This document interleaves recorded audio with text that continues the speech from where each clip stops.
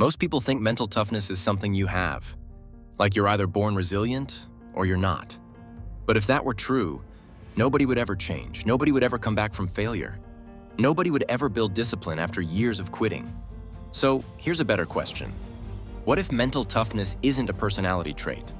What if it's a trained response? And if that's true, then the real problem isn't motivation. It's something darker. It's the part of your brain that quietly pulls you away from discomfort before you even notice. There are entire industries built around toughness. Courses, seminars, frameworks, breathing techniques, visualization, self-talk, on paper. It all sounds powerful. And some of them are useful. But here's the issue. Information doesn't automatically convert into behavior. Because the moment discomfort becomes real, when you're embarrassed, exhausted, anxious, overwhelmed, your brain doesn't politely consult your notes. It goes into protection mode. And protection mode has one job: get you back to safety. That's why you can know exactly what to do and still hit snooze, still procrastinate, still avoid the hard conversation, still fold when it gets emotionally uncomfortable. So if you want to become mentally tougher, you don't need more quotes. You need a way to train your brain inside discomfort without doing something stupid or dangerous. In a few minutes, I'll give you a simple 5-step protocol you can use to find the exact discomforts you avoid and turn them into strength. But first, you need to understand what you're actually fighting. Your brain is a prediction machine. It scans your world and asks, what leads to pain? What leads to rejection? What leads to failure? And when it thinks pain is coming, it creates an urge. Escape, delay, distract, rationalize. Not because you're weak, because you're human. Avoidance is efficient in the short term. It reduces discomfort right now, but long term, it trains a terrifying lesson. I can't handle this. And once your brain learns that lesson, it starts shrinking your life. You don't just avoid workouts, you avoid challenges. You don't just avoid conflict, you avoid honesty. You don't just avoid effort, you avoid your potential. This is where people get stuck for years. They keep trying to think their way out, while their nervous system keeps pulling them back. Here's what actually works.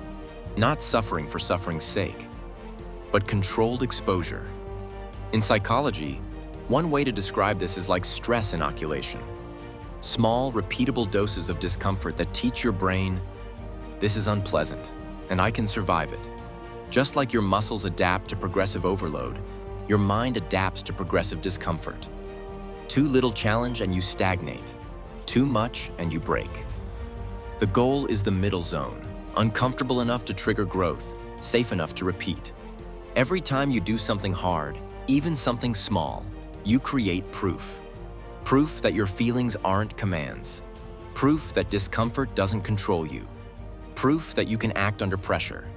And that proof changes your identity. Because the most dangerous thought isn't "this is hard," it's "I always quit." Your evidence bank is how you delete that identity, one rep at a time. A lot of motivational content says, you have to suffer. Here's the correction. You don't need to chase suffering. You need to stop running from discomfort. There's a difference. Chasing suffering becomes ego. Training discomfort becomes skill, and skill is repeatable. So now let's get practical. If you want to find your demons, here's what that actually means.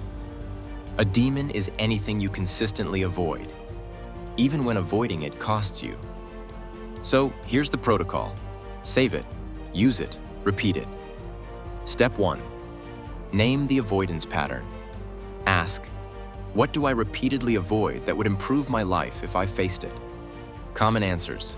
Starting work without distractions, the gym when you don't feel like it, telling the truth when it might create tension, asking for what you want, being alone without dopamine.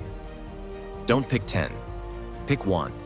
Step 2, shrink it into a minimum rep. This is where most people fail. They go too big, make it so small it feels almost stupid. 10 minutes of focused work, 5 minutes of walking, 1 honest sentence, 1 uncomfortable email. 1 set, not a full workout. This matters because the real skill you're training is not intensity. It's starting while you don't want to. Step 3, pre-commit before the feeling hits. Your brain negotiates in the moment. So don't decide in the moment. Decide ahead of time. When it's 9 a.m., I do the rep. No debate. If you rely on when I feel ready, you'll be waiting forever. Step 4. Use the 10-second rule inside discomfort. When discomfort hits, don't hype yourself up. Don't fight it. Do this instead. 1. Pause. 1 breath. 2. Label the feeling: urge, fear, resistance, embarrassment. 3. Reduce it to the next action. Open the dock. Put shoes on. Say the sentence. 4. Move within 10 seconds. This is the moment toughness is built, not in the plan, but in the pivot. Step 5. Deposit proof into the evidence bank. After the rep, write 1 line. Did the thing even though I didn't feel like it. Had the conversation. Started before I was ready. Your brain needs records. If you don't record wins, your mind will overwrite them with anxiety. This is how you build the inner voice that says, I don't always quit. Let's make this real. If your demon is procrastination, your rep is 10 minutes of work with your phone in another room. That's it. The win is not finishing. It's starting under resistance. If your demon is social fear, your rep is 1 micro exposure, 1 question, 1 introduction, 1 small risk. The win is not being smooth. The win is staying present while uncomfortable. If your demon is physical discipline, your rep is 1 set, 1 walk, 1 short session, done consistently. Because consistency trains identity faster than intensity trains outcomes. And here's the twist. Once your brain learns I can do hard things, it stops treating discomfort like an emergency. That's mental toughness. So yes, books and techniques help, but they don't replace exposure. The real shift happens when you stop asking, how do I feel? And start asking, what's my rep? Because the people who change their lives aren't the ones who found a perfect quote. They're the ones who built an evidence bank, 1 uncomfortable rep at a time. Comment my rep and tell me the 1 thing you avoid that you know would upgrade your life. I'll read the top ones and turn them into a future video with practical reps you can start immediately.